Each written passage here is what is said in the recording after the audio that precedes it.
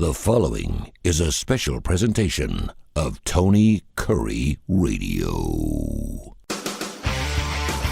From hot dogs to cool kitties, this is Darkside of the Pooch. Dr. Rab, what you got, baby?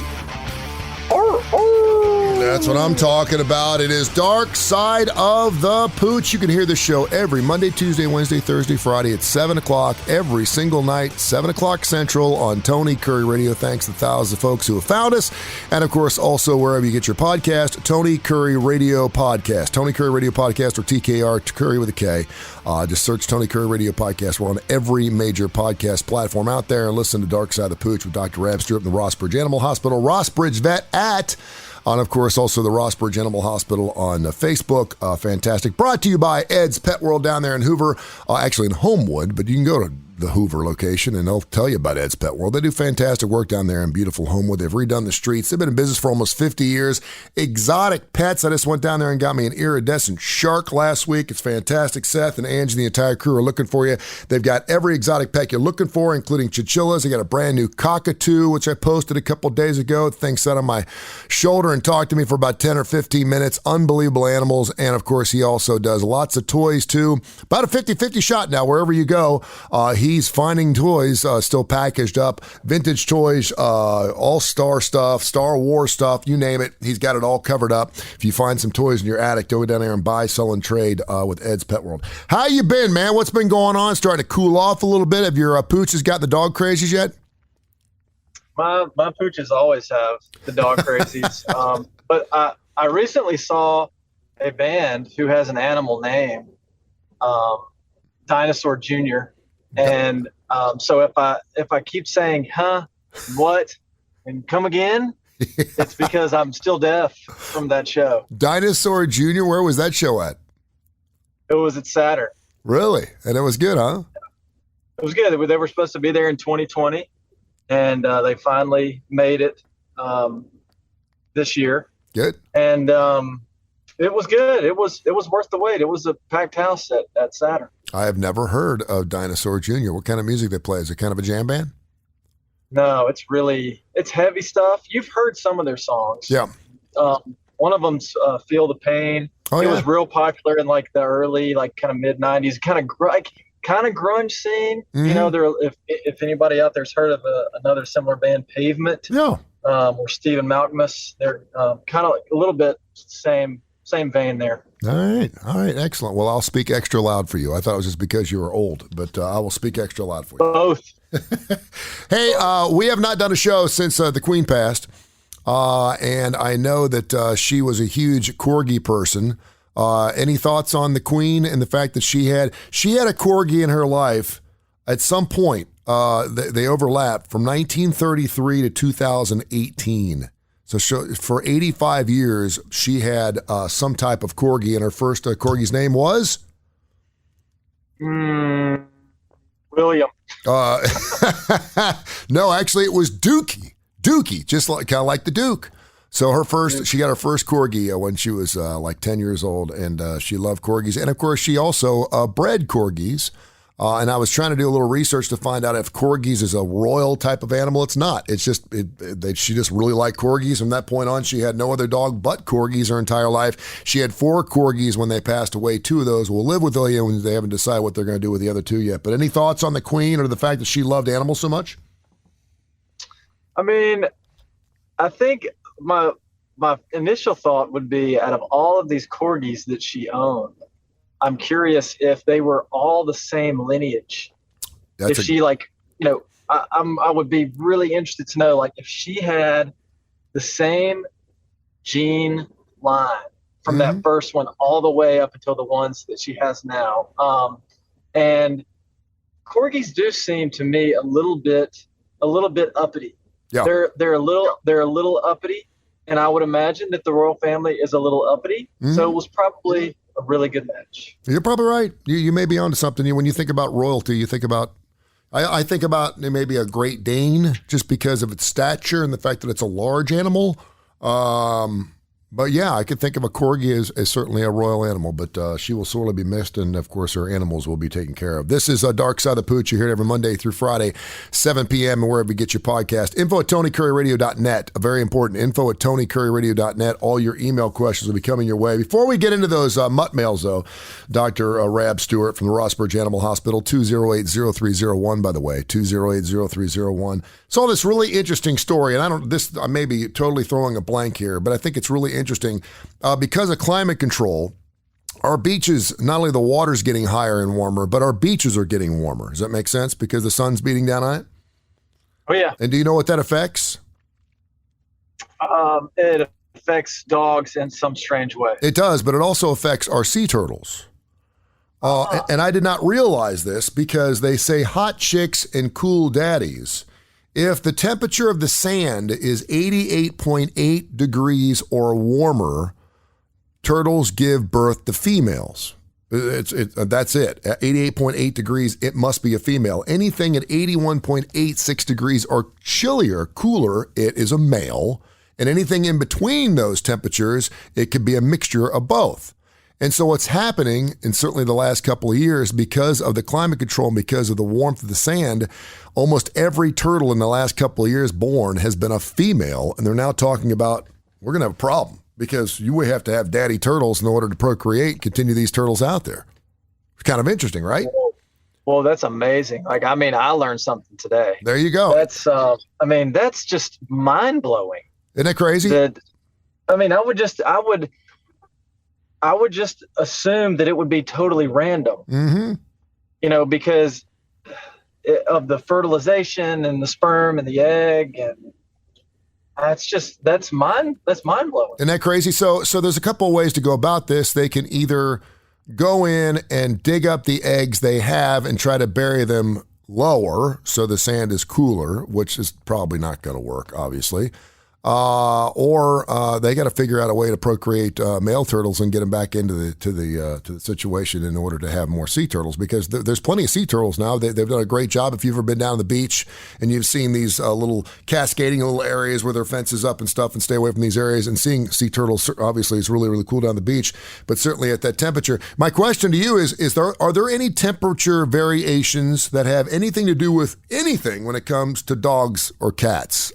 Do cats and dogs have the same temperature? Do males and females differentiate temperature? If based on the warmth or the cold temperature, any variations of temperatures, does it mean anything in the pet world? I have some temperature facts for you. Okay. First, I have to comment on, can you imagine if you were the male turtle that was tasked to save the entire turtle population? I mean, Mr. Turtle, like you are going to have to really step up your game here, and we're going to have you fertilize thousands of eggs. And then the crazy thing about this, though, is you could fertilize thousands of eggs, but if they're all going to be turning out female, I mean, it's great to have a bunch of female turtles, but you're never going to continue the species unless you have more males. So that you really have to kind of nip it in the bud and find a way to get more guys out there. That's right. At some point, you got to figure out how to birth the boys. But yes, you and I could be a couple male turtles during spring break one year. Yes. I don't know, but Ninja Turtles. Yes. The most interesting temperature fact I can give you when it comes to pets is when a female is very close to having her puppies, her temperature will drop 1 degree. Okay. And it's super consistent. So if you are wondering if your female dog is getting close to having her puppies, you have to take her temperature every day, which, is probably not the most fun thing to do. Mm-hmm. But once you can get a 1 degree drop, that can give you some insight as to those puppies are coming. And what is that standard temperature for a female? So that's the tricky part, because dogs and cats, their range varies over several degrees. Okay. So the top end of normal is considered to be 102.5, but it can get a little bit higher if dogs and cats are really active or if they're stressed. And then 99.5 is considered the bottom end, but it can be a little bit lower if they're cold. or if they haven't been moving much. So, that little tidbit of the 1 degree temperature drop, it's only going to work if they kind of maintain that constant temperature and they're not one of these pets whose temperature bounces around. But if you're doing it at home and they're at rest and you're keeping it kind of consistent when you do it, then they're probably going to have a very similar temperature. And so once you get that 1 degree drop, it's getting close to puppy time. And you stick the thermometer under their armpit, correct? No, yeah, it's under their tongue. Yeah, I have a feeling it goes. You know what they say? The difference between a regular thermometer and a rectal thermometer, and that's the taste. That's the biggest difference. So let me ask you this, because this is interesting. Do dogs and cats get fevers? Yeah. I mean, that's why we take their temperature, and their fevers can get a lot higher than what we would usually get. If a dog or cat has a real fever, and then this is just kind of the lowest we would consider a fever is 103.5. Okay. That would be like us having like a 99 degree fever. Okay. So when people come in, it's really, people say, oh, what's my pet's temperature? And we tell them if it's a normal temperature, they immediately think their pet's sick. And then if they do have a fever and we tell them, they immediately think they're going to die. Yeah. Because your pet has a fever, it's 104.5. And, people just get really upset by that. But, I've seen dogs and cats get up as high as 106. And when they get to be 106, they're pretty sick, And that's typical. That's typical, like a human being. Obviously, the body's trying to fight off some type of infection or something. Yeah, exactly. There's inflammation going on in the body. That raises the temperature, and the inflammation is there because they're trying to fix something. Can you feel? I know I can feel a difference in my son and my daughter, not even through their forehead. I mean, sometimes when they're just up against you, you can feel the hotness of their skin. Is it like that with a dog or a cat?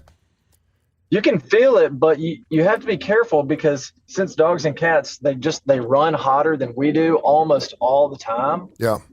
When you touch them, they're always going to feel warm to you. Yeah. So, you can be kind of fooled into thinking that they have a fever, whereas most people are 98.6. Mm-hmm. So if you touch somebody and they're warmer than you, you can assume they have a fever, but you can't do that in pets. Dogs and cats can't.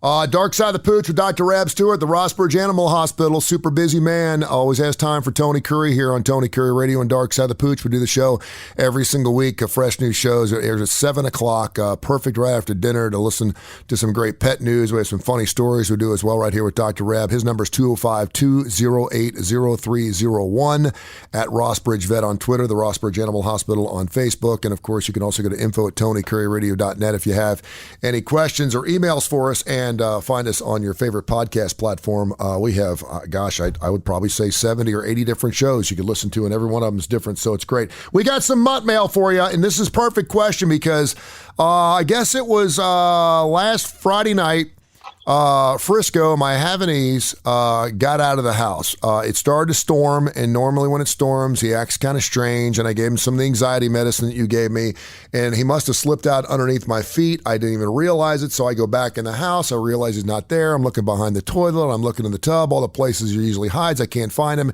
and so I go searching the neighborhood, and I'm driving around probably for about 2 days. I mean, that's what it felt like. And I know my kids are coming over, and so I was trying to do everything I could to find him, and I could not find him. And it was just a rarity because usually he just hangs out in the middle of the street or off the side of the road. He usually hops back in the car. Come to find out, and he came back about 6 hours later, he was underneath our deck, which makes sense because of the rain. And you've got a dog that does this too, that runs away. It hurts your feelings. And I swear, it seems like my dogs run away more when I've just had a tiff with them. Like if I've just yelled at them or something, it's like they're letting me know that they didn't like that and they run away. It seems like there's always some type of collaborative situation there. But I know a lot of people have animals. They take care of their dogs. They love their dogs. They feed their dogs. They treat them well, yet they continually run away, and it hurts your feelings as an owner. Why do dogs do that? Or do they know what they're doing? I think they know what they're doing. I don't think there's anything malicious to it, but they know that they're taking off for whatever reason it is. If they just want to go explore, or they want to find the opposite sex, or whatever. So I don't think they do it to hurt anybody's feelings. Yeah. It just makes me really mad because I have to take time out of my day to go and look for this dog that just wants Yep. to run away. Yeah. And he's always done that. And, you know, if anything, if I was responsible, it's kind of like you said, your kids were coming over and you needed to find the dog. If anything ever happened to my dog because I let it out, then I would have to sleep outside forever until I died. I hear you. Because my wife and my kids love the dog more than they love me. You know what? According to our survey we did a couple of weeks ago, you're absolutely correct. A lot of people love their animals more than they love the humans in their life. It's just, I'm the same way because I thought, man, I hadn't seen my kids in a week and they're going to be coming over here. And if I don't get that dog back, the first thing you think of is like letting your child run outside and not keep an eye on them. They think, what did you do? Why did you let the dog out and not keep an eye on that animal? And I'm like, and of course my dog's like a monkey. I've got a fence, but he can climb a 5-foot fence with his little claws. He jumps over and it drives me crazy. That question, by the way, came from Pete in New Orleans. He has a dog that keeps running away, and he's got to the point where he's like, I don't look anymore because it does take him like 1 or 2 hours. I ran into a bunch of people in my neighborhood. I'm like, have you seen my little black Havanese? And they're like, no. And so I just hope that I go back home and he's either sitting on my front porch or he'll come home on his own. You just don't want him getting hit. Or I actually thought someone stole him, which we live in a pretty decent neighborhood. But he's small enough, and I thought to myself, I think someone picked him up and ran off because it was like he just disappeared. It was crazy. All right, Stacy in Birmingham. She said recently her cat is doing something strange with her paws. She just scratches the driveway, the concrete driveway with her 2 front paws. What is she doing? She might be itchy, her paws might be itchy, or she might be filing down her nails. Would be the first 2 things that I would think. So I would check the nails and just be sure they're not too long or broken, and be sure that the paws aren't red and irritated. And if there's not any abnormal nail, and the paws aren't red or scratched up, then I wouldn't spend another minute worrying about it. Okay, but there's nothing with the actual pad of the paws that they're doing? Is there something, do they like those to be scratchy? Are they maybe wiping that on the concrete to make those more scratchy, or is it primarily had to do with their claws? No, I don't think it's I don't think it's trying to do anything with its paw pads. I would say that it either has itchy feet, and even if the pet has itchy feet and the feet aren't red and have a lot of debris in between the pads and the toes, Yep. then it's nothing to worry about. And just be sure that the nails aren't cracked, or be sure there's no kind of discharge around the nail. And if everything looks fine, then I can't tell you why after that, but I would tell you it's nothing to worry about. Growing up, it always felt good when I was young and I had stinky, scratchy feet to rub it on the carpet, the shag carpet. It felt pretty good. Yeah, that maybe that's why my dog runs away, because I put my stinky feet in his face. Maybe that's it. Dr. Rab Stewart, the Rossbridge Animal Hospital, at Rossbridge Vet on Twitter, the Rossbridge Animal Hospital on Facebook, info at TonyCurryRadio.net. Will in Nashville said, has there been any good research on the attributes of CBD products on our pets? And he went on to say as far as in marijuana too. So maybe the THC aspect of it. I know there's a lot of different research out there that has not been done on human beings. Obviously, more than half the states now have some type of properties where you can smoke it or use CBD products, whether it be medicinal or recreational. Anything on our pets? They have, it's been proven that CBD can help with joint pain sometimes. Mm-hmm. At a 2 milligram per kilogram dose. All of the other uses, so for anxiety, that's a big one. That kind of stuff has not really been proven yet and written up, but the anti-inflammatory property that has been documented at that dose. And I wonder if it works, because I know a lot of humans that are suffering through some type of cancer diagnosis use it for their appetite. I wonder if that's true for animals. There's got to be some type of research that dogs are looking for Twinkies after they smoke a bowl, right? Well, so when you get into the THC thing, dogs don't exactly have the same side effects after that. So if they get into THC, it a lot of times does the opposite of dogs. It really makes them hypersensitive. Really? It doesn't relax them at all. It makes them really jumpy. So I guess, that's not something that, I have in my daily routine. Not something I've really had a lot of experience with, but, some people get real paranoid on it, and maybe that's how dogs react with it. Maybe it just makes them all paranoid, but it makes them very hypersensitive to other stimuli, so that they're jumping around. They're very anxious. They're looking around, moving really haphazardly. So, I don't know that it would have those, I don't know if it would be an appetite stimulant, because it affects them differently than it does people. There you go. Info at TonyCurryRadio.net. Info at TonyCurryRadio.net. If you get your email questions, bring them on. We'll read as many as we possibly can. And, of course, we do a lot of emails, Mutt Mail here on Darkside of the Pooch. You can find us on any of your social media platforms, not to mention, of course, podcast platforms. We're on all of them. So search Tony Curry Radio. It's Curry with a K, and it's brought to you by Ed's Pet World. Fantastic business people down there. They've got some wonderful animals, including a brand new cockatoo, which is just super cool to see it down there. Exotic pets, chinchillas, ferrets, bearded dragons, wonderful fish. I got an iridescent shark last week. Fantastic stuff, plus all kinds of toys from Seth. They buy, sell, and trade all that stuff. Vintage toys, Star Wars stuff, and more, so check it out. Chelsea in New York City has written that she has had allergy issues her entire life based on pets, but she loves dogs. And she was told by a breeder that she found a hypoallergenic dog. She's been told by her vet they don't exist. Short hair, long hair, whatever, all dogs give you allergies at some extent. She said, is that true or not? And what's the best breed to get if she is allergic to dogs or their fur? Well, I think that there are definitely breeds that if they don't shed as much as other dogs, then they may be more allergy friendly. So everyone always says, doodles, they don't shed a lot, which they don't. That's true. Havanese don't really shed a whole lot either. No, not at all. Breeds that shed a lot are, labs or any type of dog that has that medium length hair. Those dogs shed like crazy.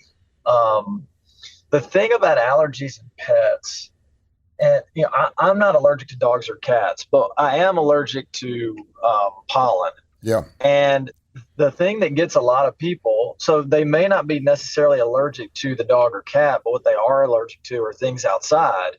So if you have a dog that goes outside and runs around in the grass, runs through the weeds, they're going to bring that stuff inside. And then that's going to cause you problems. And that's what causes me problems in the fall and the spring when we start seeing dogs that, spend a lot of time outside and they come in with that stuff on their body. Mm-hmm. So, if you have allergies, just because you get a dog that doesn't shed and it's supposed to be hypoallergenic, maybe to some degree it is, but if you have outdoor allergies, you still need to take that into account. All right, there you go. And it's weird because I'm actually, I hate to use the word allergic. I mean, it doesn't make me puff up. It just makes my nose run. And of course, you've seen my nose. Chili makes my nose run. Everything makes my nose run.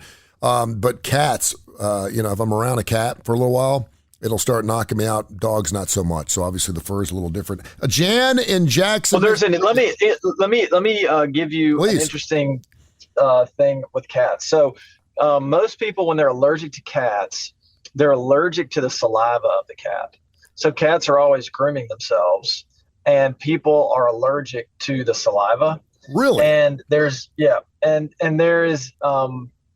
new technology, and I have not had any personal experience with this, but there is new technology in cat foods that alters the allergens in their saliva, and that is supposed to make people less allergic to the cat saliva that's on their skin. It's pretty amazing if it works, but I don't have any experience with it yet. That news is almost as crazy as the sea turtle crazy. So what is in their saliva that makes us allergic to them or to it? Yeah, it's some kind of protein, I'm sure. I mean, I can't tell you exactly what it is. I just know that when you are allergic to cats, you are mostly allergic to the saliva that they put on their skin from grooming.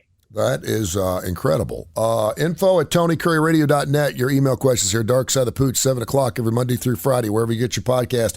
Jan in Jackson, Mississippi writes, and it's a long letter, so I'm just going to kind of paraphrase. She said, obviously, they've got a lot of water issues over there. She said, obviously, we're concerned for our own consumption of the water in and around Jackson, Mississippi. But what about animals? She wants to know, what can my dogs drink? Can my dogs drink tap water that's not safe for human beings? She's seen dogs drink out of ponds and creeks and on the side of the road. What kind of water can animals drink, and is every type of water safe as long as it doesn't have something in it? They can get pathogens just like we can from drinking standing water or stagnant water, bad water, but they're a lot more resistant than we are. So that's why you see a dog, can drink out of a pond or a lake, toilet, or a puddle and not have any problems. But they can get things like Giardia and Coccidia and, of course, intestinal parasites. And we can get those things too. But dogs are a little more hardy. I would say that if I would err on the side of caution, though, and if the water isn't potable for a person, then I would attempt to not feed that or give that water to my pet. If I absolutely had to, then you have to. Dogs are more resistant than people. Okay. Steve in Gainesville wants to know, if cats have 9 lives, how many lives do dogs have, Dr. Rabb? That's a great question. It really is. Yeah, that's a good question. I think dogs have 4. I think they have almost half of what a cat has. Really? Because I think that my dog should have died 3 times. So he's got 1 more. So we're trying to be very cautious with him. I think on average, dogs have 4 lives because I think that they are half as smart as cats. So it makes sense that they would have half as many lives. All right. Finally, I saw this one last story, and I'll let you get back to work here. This story of a dog in New Jersey. I don't know if you saw this. It came out yesterday. Beloved dog dies after fight with what in its backyard? A rooster. A porcupine. I didn't know they had porcupines up in New Jersey, so that was kind of a rarity, rare strange. But I mean, this poor dog has got quills all over its face, and obviously it was enough to kill this animal. It died? Yeah, it did. It sure did. What was the incredible journey with the dog that got bit by the porcupine? The one that was played by Michael J. Fox, and it got the quills, and they had to pull the quills out of its face. And again, I don't think we have porcupines down here in the South. But what other animals outside just and I'll say a nasty bite will be included, but outside something where it gives it rabies or something, like what are the kind of animals, like a badger? If your dog gets in touch with a possum or a groundhog, a hawk. Are there other types of animals, depending on the size of your dog, that you should be aware of it messing with? Snakes, obviously, are dangerous. Yeah, probably the most common things that we see are snakes and wild dogs. That's what we see here. I'm racking my brain, and I don't think I've ever had a serious injury that I've treated. I'm not including bites from dogs and cats. We see that all the time. I'm talking like things that are outside the domestic realm. It seems to be almost always wild dog. And most of the time, those are just suspected. I don't think I've ever had a client that has said, I saw my dog get attacked by a coyote, or I saw my cat get attacked by a coyote. And it's also rare that an owner will see a dog get bitten by a snake. We can suspect it, and we see a bunch of those cases a year. But it's really rare that you see your pet get attacked by a wild animal. Yeah. And maybe it is, but it's only used one of its lives, and it's got 4, right? So maybe it's maybe you just don't see it. There you have it. Exactly. We see the effects of it. We see the dog come in, and we can suspect that it's a snake bite. But actually seeing the snake bite the dog, that's a rarity. Yeah, it is. And I've had 3 instances where my dogs have been bitten by poisonous snakes, and I only know they're poisonous because you can actually see the fang marks, the holes in and around their face, and you'll know right away that your animal's been bitten. And it's the strangest behavior by our dogs when they get so still. They'll just stand there and they won't move. And obviously they're drooling and sometimes they're bleeding a little bit, but they'll just stand there. They will not move. It's the most bizarre thing. They look like statues. I don't know if that's normal or whether their body's being shocked by the venom, or do you know? I think they're probably just being very cautious. Yeah. And dogs, a lot of times we project that, oh, we know that is a snake. Yeah. And we know what it can do. Dogs have no clue. Yeah. They have no clue what that thing is, and they don't really know where it came from or where it's going. So a lot of times I think that their instincts have taken over, and they know that if they're still, they have they're less likely to have another issue. So they're just going to kind of wait and hold their ground until they know they're safe, and then they'll move. I used to be like that when I came in at 3:00 in the morning. Yeah, you better go very slowly. I would just stay at the front door and not move and hope that no one saw me for a few minutes so I could make it to the bathroom and go back to bed. That is Darkside the Pooch. Great show. We do it every single week, 7 o'clock, Monday through Friday, wherever you get your podcast. Check out Darkside the Pooch on Tony Kurre Radio. That's Kurre with a K, TKR. And, of course, Rossbridge Animal Hospital, 205-208-0301. If you're looking for anyone to watch your animal for a period of time, maybe when you're on a vacation, please call them early. They're always booked up. They're always slammed. It's one of the best. And, of course, Rossbridge Vet on Twitter and Rossbridge Animal Hospital on Facebook. And we thank our fine folks at Ed's Pet World, Seth and Angie, the entire crew. They do wonderful work. They've been in business for 50 years down there in Homewood. Exotic pets, every exotic pet, everything from chinchillas to rabbits. They've got everything. Cayman, alligators, tarantulas, the whole 9 yards. Fish are wonderful. They get great fish down there. And, of course, Seth also serves himself up some serious vintage toys. If you're looking for great toy collections, and that's a big thing now, he goes all over the country looking for the best in vintage toys, Star Wars, watches, the whole 9 yards. Check out Ed's Pet World. Dr. Reb, as always, man, greatly appreciate you. Thank you so much. Yeah, man. Talk to you next time. This has been a special presentation of Tony Kurre Radio.